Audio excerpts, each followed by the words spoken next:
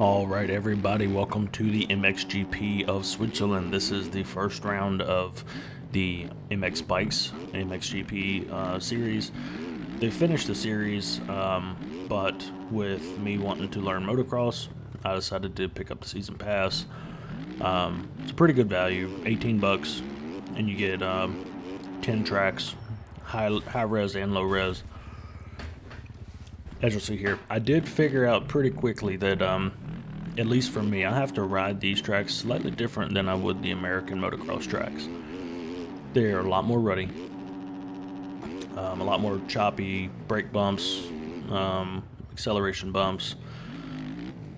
Maybe it's just I haven't ridden the pro tracks for the American motocross series for this year. I played Pala, but I wanted to learn. And so one thing I want to point out is I do not watch Mxgp. I don't really follow Mxgp. So I don't know what a good lap time is or anything like that. I just want to compare to myself. So if you don't know, if you've watched the series, trying to learn motocross, what I do is I give myself two 30-minute motos and just see how I improve from the first lap to my fastest lap, typically in the second moto. So this first moto, I did not get a full 30-minute moto.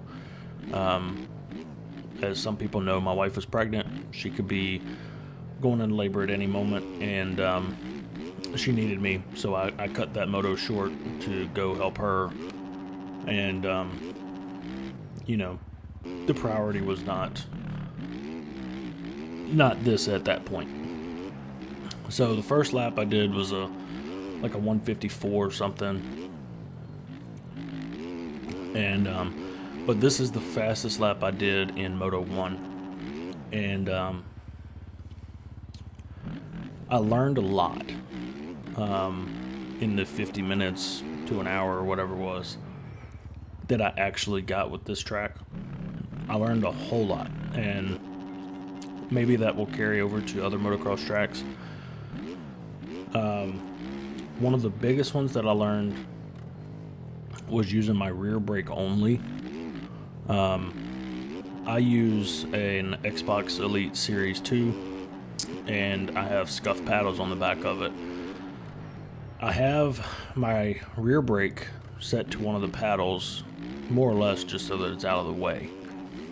And something in my head was like, you keep losing it when you're breaking into these rutted corners. So let's see how it goes. And so what I started doing is I used my combined brakes a lot less, but then I would hit my rear brake. And what that did was kept the bike much more planted and straight while trying to brake in braking bumps. Now, I don't know if that's the best way to do it. For right now, I think that's probably going to be the best way for me to do it. And we'll see. I know I'm probably not the most efficient at it yet. Literally, this was the first time I'd ever done it. So that was a 144.5 on my best lap. Now, this is my second moto, about 10 minutes in or so. And one of the things that I realized was that particular corner there, the first corner, was keep the bike in a higher gear, and it'll have enough drive, at least on the Yamaha, it'll have enough drive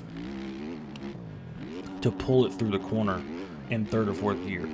And so, and it helps to get through those acceleration bumps. Whereas if you're in a lower gear, yes, your RPMs are a little higher, but you're spinning more. So I went ahead and started trying that out. And as you can see, the first sector, I'm 3.04 faster in that first sector. For whatever reason, the second sector, after I got my fastest time, I had a hard time improving it. And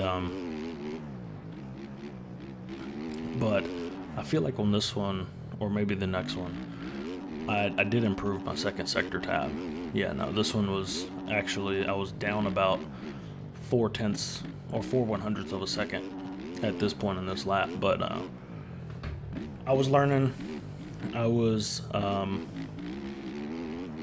adjusting to the track and trying to figure out what I was doing wrong and how I could improve.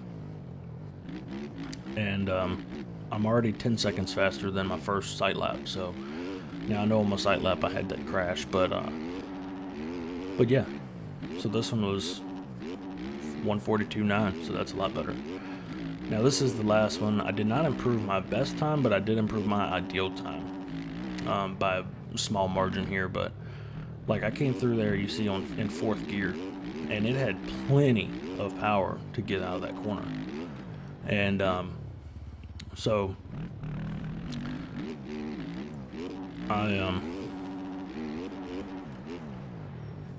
I'm pretty excited on the things that I'm learning with this whole journey with motocross. And that's one of the things that I love about this game, is there's always something to learn. And you know, I am learning, and it's keeping the game fresh for me, especially in the summer when there's not as many supercross tracks. But this corner was absolutely brutal. Now this track does have an AMS version where it's much smoother, but I wanted to grit it out and learn on the hard track. I mean, that's the best way I can learn, so is to just grit it out and go for it.